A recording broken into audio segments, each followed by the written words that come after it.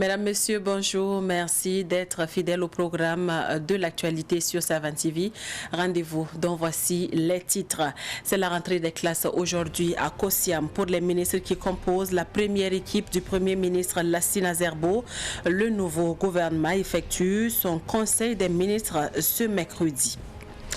La patate chaude qui attend justement le nouveau gouvernement, c'est bien la question sécuritaire. Dans ce sens, il faudrait sauver urgemment la province du Loroum, encerclée par des hommes armés. Impossible de sortir, impossible d'entrer. Les élus locaux interpellent cette fois et directement le gouvernement qui s'installe. À la une également de l'actualité, c'est parti depuis ce matin pour la 16e édition des Journées nationales du refus de la corruption, des journées initiées par le RENLAC pour dire non à la corruption. Cette année, l'accent est mis sur le secteur des bâtiments et travaux publics, un secteur corruptogène selon le RENLAC. Les explications ont été données ce matin face à la presse. Vous entendrez le secrétaire exécutif du RENLAC dans un instant. Dans le secteur culturel, nous parlerons de la cérémonie coutumière du Dima Sigri de Boussouma, une fête sobre cette année mais riche culturellement. Comme vous allez le voir dans le reportage tout à l'heure, la célébration du Kitwara de Boussouma à suivre donc vers la fin de ce journal. Et c'est ce qui fait la une de l'actualité. Bonjour à tous une fois de plus et merci de nous suivre. Tout de suite et maintenant, direction le palais présidentiel à Kossiam où se tient la rentrée des classes ce matin pour la nouvelle équipe gouvernementale. C'est un conseil des ministres dit de prise de contact avec le président du Faso, Roch-Marc Christian Kaboré. Ce nouveau gouvernement qualifié de combat est composé, il faut le rappeler, de 25 ministres. Le premier ministre Lassina Zerbo a indiqué lors de son installation avoir comme boussole le président du Faso et le peuple burkinabé. Il faut rappeler que 19 ministres ont été remerciés et 8 postes ministériels ont été supprimés. Le point du Conseil des ministres donc d'aujourd'hui à suivre dans nos prochaines éditions. Le chef de l'État a reçu hier mardi la nouvelle version du rapport de l'enquête sur le drame d'Inata. Cette nouvelle version a été refaite après le rejet du président du Faso de la première pour motif qu'elle ne permettait pas de situer les responsabilités de façon claire. Pour l'instant, rien n'a filtré de ce nouveau rapport remis à Roch-Marc Christian Kaboré, une version approfondie par l'inspection générale des armées après l'attaque du détachement militaire d'Inata qui a fait, selon le chiffre officiel, 57 morts, dont 53 gendarmes et 4 civils.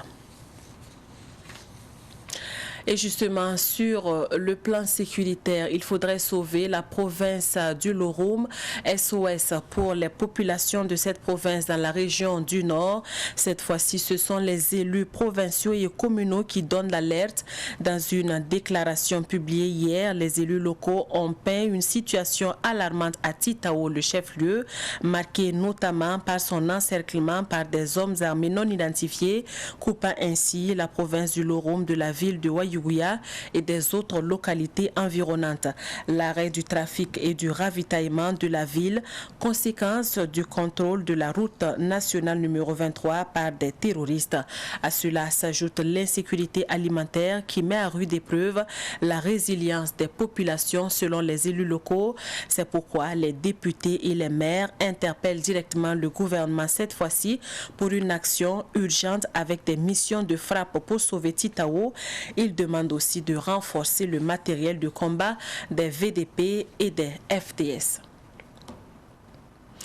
Autre point de l'actualité, mais relativement à l'insécurité, on se rappelle, le samedi 27 novembre dernier, des leaders d'OSC avaient appelé à une manifestation. Eh bien, c'est la reprise de l'audience pour leur procès ce matin devant le juge.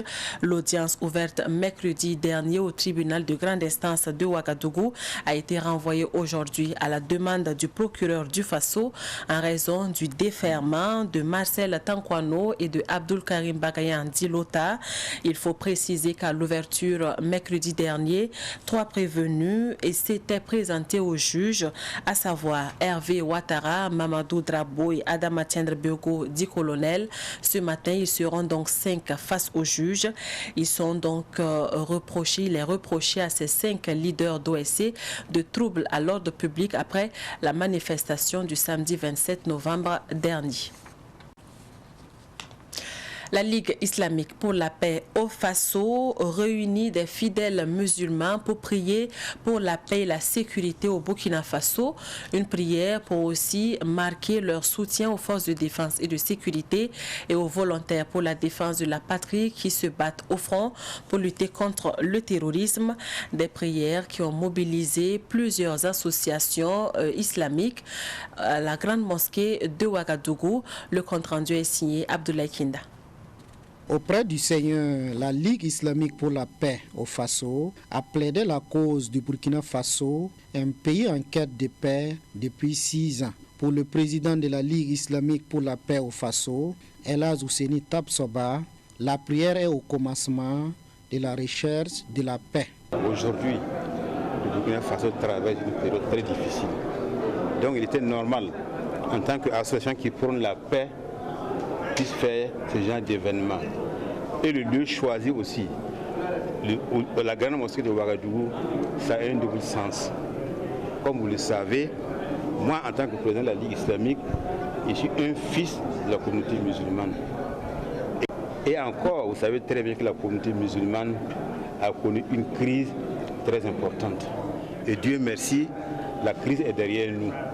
Donc c'est en partenariat avec le président de la communauté musulmane du Burkina Faso qu'on s'est retrouvé ce matin ici pour prier Allah afin qu'il nous aide à nous sortir de ce bourbier que nous voyons tous les jours.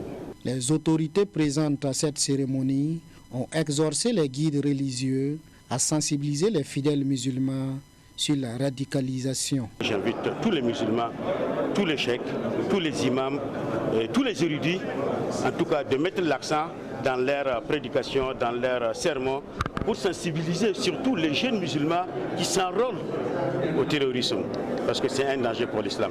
Qu'on veut ou pas, ces gens-là agissent au nom de l'islam et ça ternit l'image de l'islam partout dans le monde.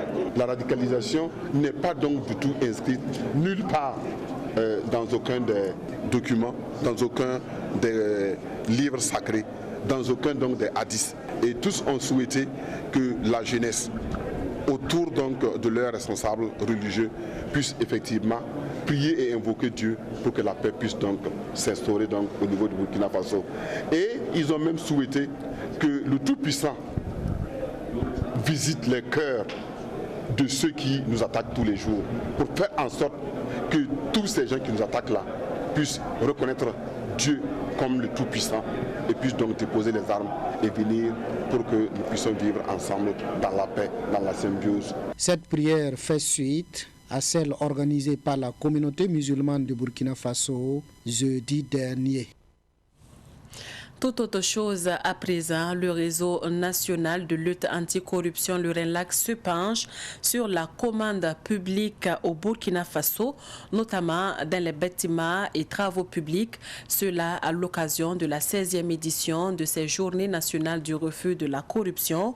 Ce secteur est de nature corruptogène. Selon le RENLAC, les premiers responsables de la structure ont rencontré la presse ce matin. Écoutons le secrétaire exécutif du RENLAC au micro ce matin de Micheline Zongo.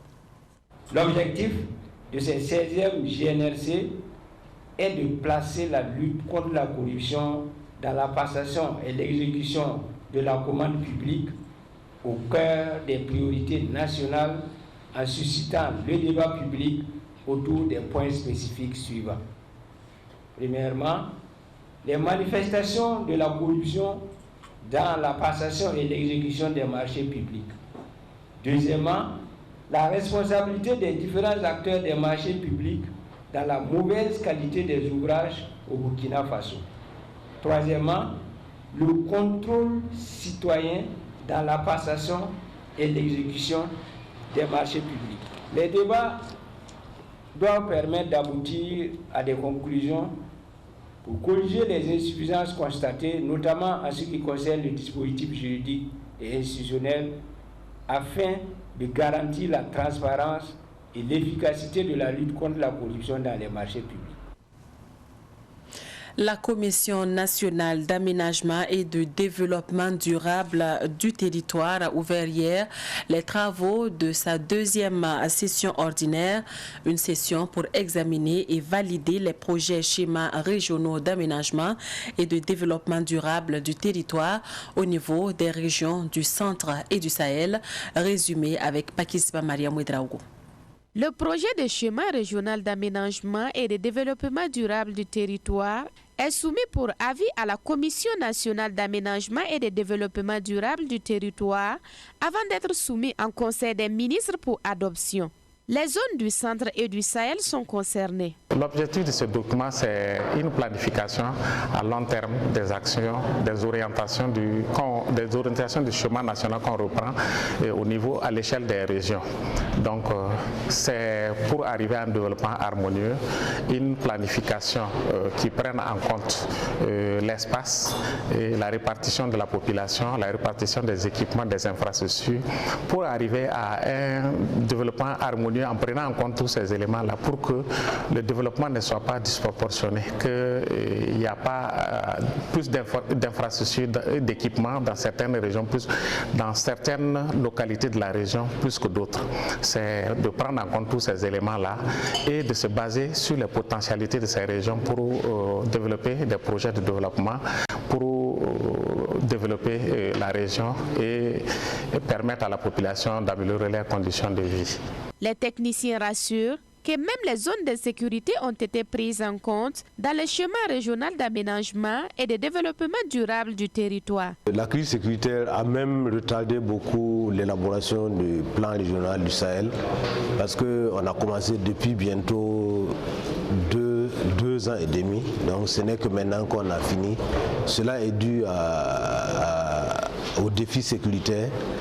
Bon, mais au-delà de cela, je pense que l'insécurité ne pourra pas arrêter les gens de vivre. Il faut que les gens vivent.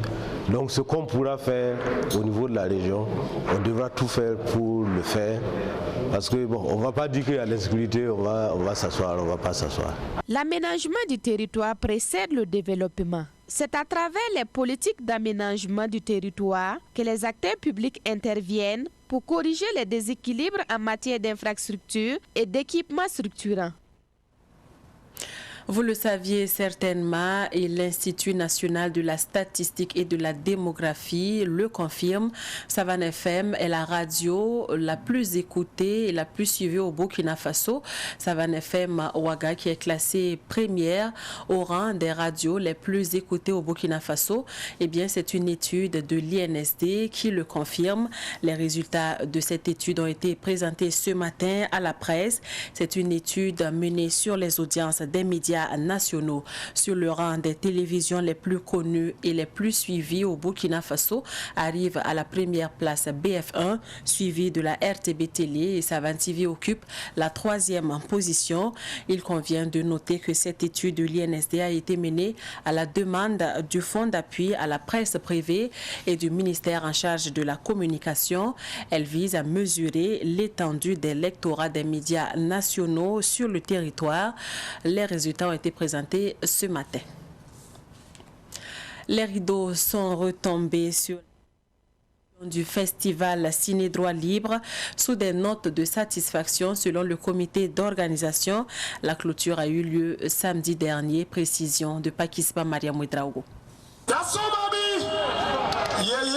Mais ça, il y a peut-être 20 ans, il y a longtemps. Une semaine de projection de films engagés, de débats, de masterclass, d'animation musicale et humoristique ont marqué cette 16e édition du festival Ciné Droit Libre. La note de fin est bonne malgré les difficultés liées à la situation sécuritaire du pays. C'est un bilan très positif. quelqu'un me disait que ce n'est pas un festival ciné le droit libre, mais c'est des festivals ciné le droit libre. Tellement il y avait un programme très chargé avec beaucoup d'activités. C'est vrai que c'est lourd, c'est beaucoup d'activités, souvent 3, 4, 5 activités par jour, mais on a pu mener toutes les activités à bon terme, donc c'est un grand succès. Il y avait beaucoup d'appréhension avant de commencer le festival, mais aujourd'hui je voudrais vraiment dire toute la satisfaction du comité d'organisation de cette 16e édition de Ciné Droit Libre, et je voudrais vraiment profiter pour dire merci à tous nos partenaires, à tous ceux qui nous ont soutenus, tous ceux qui nous ont permis de réussir et de relever le défi du succès de la 16e édition. On est très heureux d'avoir pu tenir, d'avoir été résilient et d'avoir pu relever le défi de cette 16e édition. La fausse note, c'est que l'appel lancé par le comité d'organisation pour venir en aide aux personnes déplacées n'a pas eu l'effet escompté. Nous, on s'attendait à beaucoup plus de dons, mais les dons sont faibles comparés à ce que nous on espérait. Nous, on pensait qu'on allait devoir louer 3 ou 4 camions pour transporter ces vivres-là auprès des déplacés, mais au maximum c'est un camion.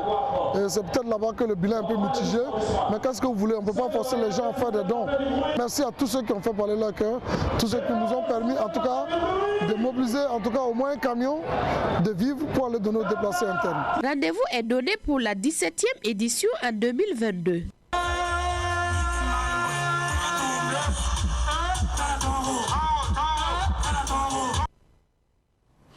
Je vous le disais dans les titres, la cérémonie marquant la fin des activités du Nab Kitwaga du Diman de Bousma a été sobre cette année, mais la tradition a été respectée.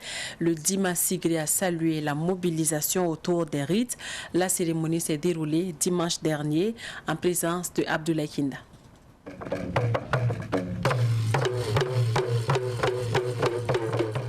Depuis sa création vers 1530 du royaume de Bousma, les Dima qui se sont succédés ont toujours célébré cette fête traditionnelle.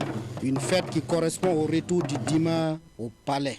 Mais cette année, cette fête a été célébrée de façon sobre à cause des effets du terrorisme sur de nombreux villages. Ce n'est certainement pas une fête comme d'habitude.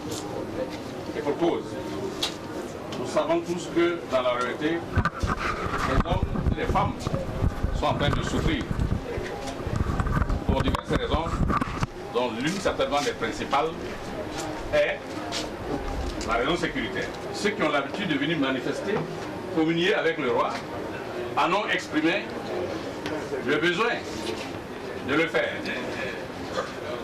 Donc vous comprendrez pourquoi nous n'avons pas prévu comme d'habitude beaucoup d'espace. Mais qu'à cela ne tienne, comme c'est une fois là, Sa Majesté a estimé qu'il fallait quand même donner l'eau de l'étranger à ceux qui sont venus pour souhaiter la bonne fête. Que la paix revienne, mais la vraie paix, la paix des cœurs. Et que tous ces malheurs que nous connaissons cessent dans notre royaume. Ressortissants de Bousma, amis, ainsi que les autorités de la région ont marqué de leur présence cette fête. Nous poursuivons le même objectif. Nous connaissons la situation que traverse notre pays, un pays en quête de réconciliation, de justice et de paix. Alors c'est dans ce sens-là que les célébrations ont été organisées de façon sobre, et pas comme les autres années. Au niveau de l'Église catholique, nos célébrations de Noël et du Nouvel An seront certainement marquées par la sobriété, la solidarité avec tous ceux qui souffrent, et l'essentiel c'est la prière. Notre Kalachnikov, c'est la prière. Il est à l'endroit de tous les ressortissants, qu'ils soient à Ouaga, à Bobo, partout en Côte d'Ivoire et ailleurs, que nous puissions travailler en symbiose, nous travaillons en synergie d'action pour développer vraiment le royaume et toute la région. Et vraiment c'est notre vœu que nous puissions avoir un leader traditionnel et que nous puissions nous mettre derrière lui pour que réellement les choses avancent. C'est la fête de Sa Majesté le Dima de Bousma, une fête traditionnelle qui réunit chaque année les filles et les fils du royaume, les gouverneurs et l'ensemble donc des corps constitués est là ce soir pour lui souhaiter donc la bonne fête. Et donc nous prions donc, nous ce que nous cherchons c'est qu'on puisse avoir donc la santé et la sécurité et que le royaume repose en paix, la région et le pays, vraiment nous puissions avoir la paix et la sécurité.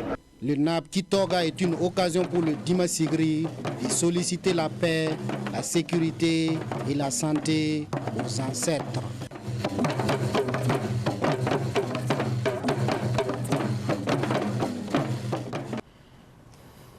Parlons sport. À présent, la première édition de la Coupe du président de la Fédération burkinabé d'haltérophilie s'est tenue à Tinkodogo dans la région du Centre-Est. L'idée est de promouvoir cette discipline sportive au Burkina Faso. Séance tenante, la fédération a remis du matériel au club. C'était vendredi dernier en présence de Ruben Wilson Kodjo. L'haltérophilie est un sport consistant à soulever des poids. C'est l'unique sport de force inscrit au programme des Jeux olympiques. L'haltérophilie a vu le jour au Burkina Faso le 6 décembre 2014. Pour le président de la dite discipline, c'est un sport qui se porte bien au pays des hommes intègres. L'haltérophilie, c'est une discipline olympique qui consiste à soulever 2 fois la charge, une première fois sans arrêt et une deuxième fois avec une pause au niveau des épaules qu'on appelle épaulé jeté. Le premier mouvement s'appelle arraché. Pour le moment, comme nous sommes dans la vulgarisation, je veux dire que la discipline se porte bien et aujourd'hui nous sommes déjà dans 9 régions. La région du Centre-Est dispose déjà des clubs mais n'a jamais participé aux championnats nationaux. Et c'est pour redynamiser l'haltérophilie dans la région du Centre-Est que le président de la Fédération burkinabé d'haltérophilie a initié cette coupe. Cette coupe, c'est donner un plus de compétition aux enfants et de pouvoir vulgariser et promouvoir la discipline dans les régions. Et aujourd'hui, nous avons choisi d'être dans le Centre-Est parce qu'on n'avait pas encore eu d'athlètes du Centre-Est. Espérons que l'année prochaine, notre championnat, on va avoir les enfants du Centre-Est. Le représentant du coparrain s'engage à toujours accompagner cette discipline pour le bonheur des athlètes. Nous avons accepté parce que nous pensons que le sport a toujours été un élément d'union des jeunes. Le sport a toujours servi à construire sainement l'homme. Donc nous sommes disposés, autant que se peut, à accompagner l'haltérophilie et partout dans le Burkina Faso. Le secrétaire général du ministère des Sports et des Loisirs, parrain de cette coupe, félicitait l'équipe fédérale pour le travail abattu en quelques années. Très honoré, dirais-je.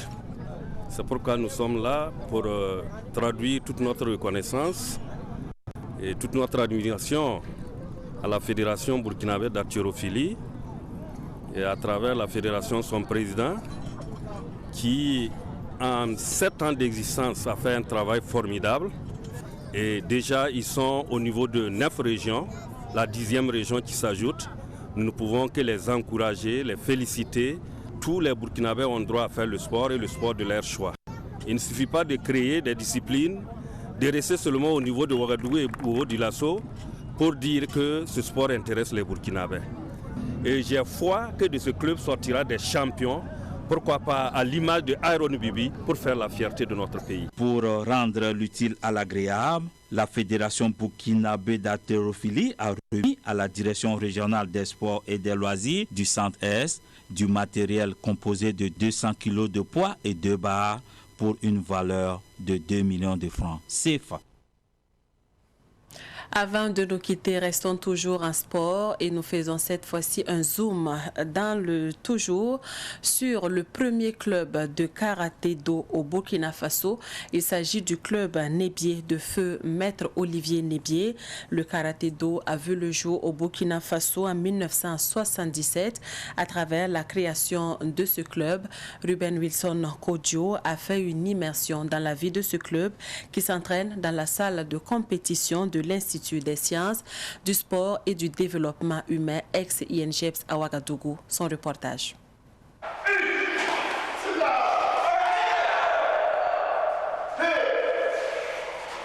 Nébier Club est l'un des premiers clubs de karaté-do officiellement au Burkina Faso. Il est dirigé depuis 1983 après le décès du fondateur par Adama Galbané. Il faut dire que Nébier, quand il est arrivé, a entrepris d'organiser le karaté au Burkina Faso. Et c'est avec lui d'ailleurs même qu'on a commencé les premières compétitions de karaté en 1982.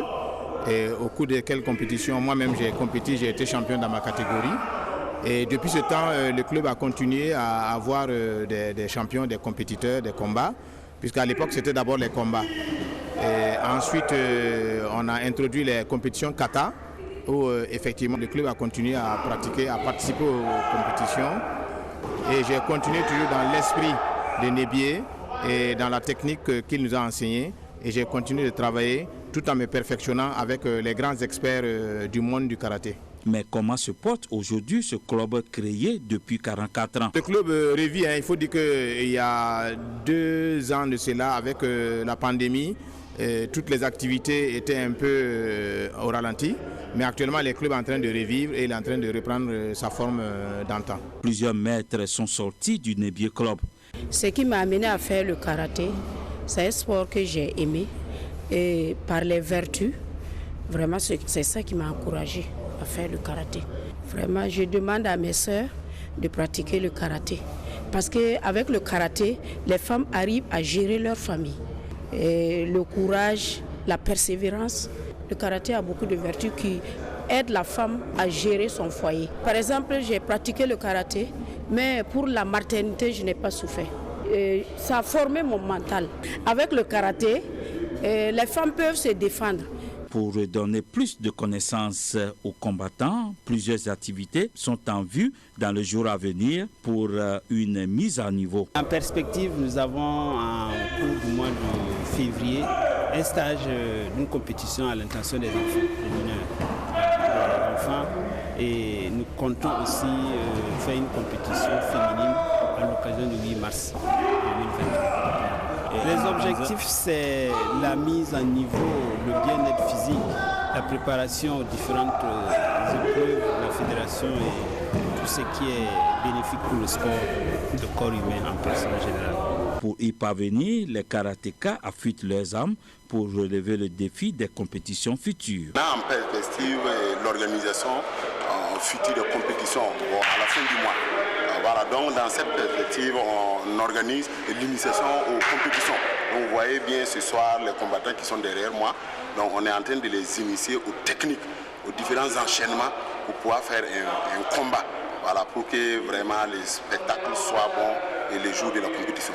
Notons que ce club Nebié Karaté-Do a été créé en 1977.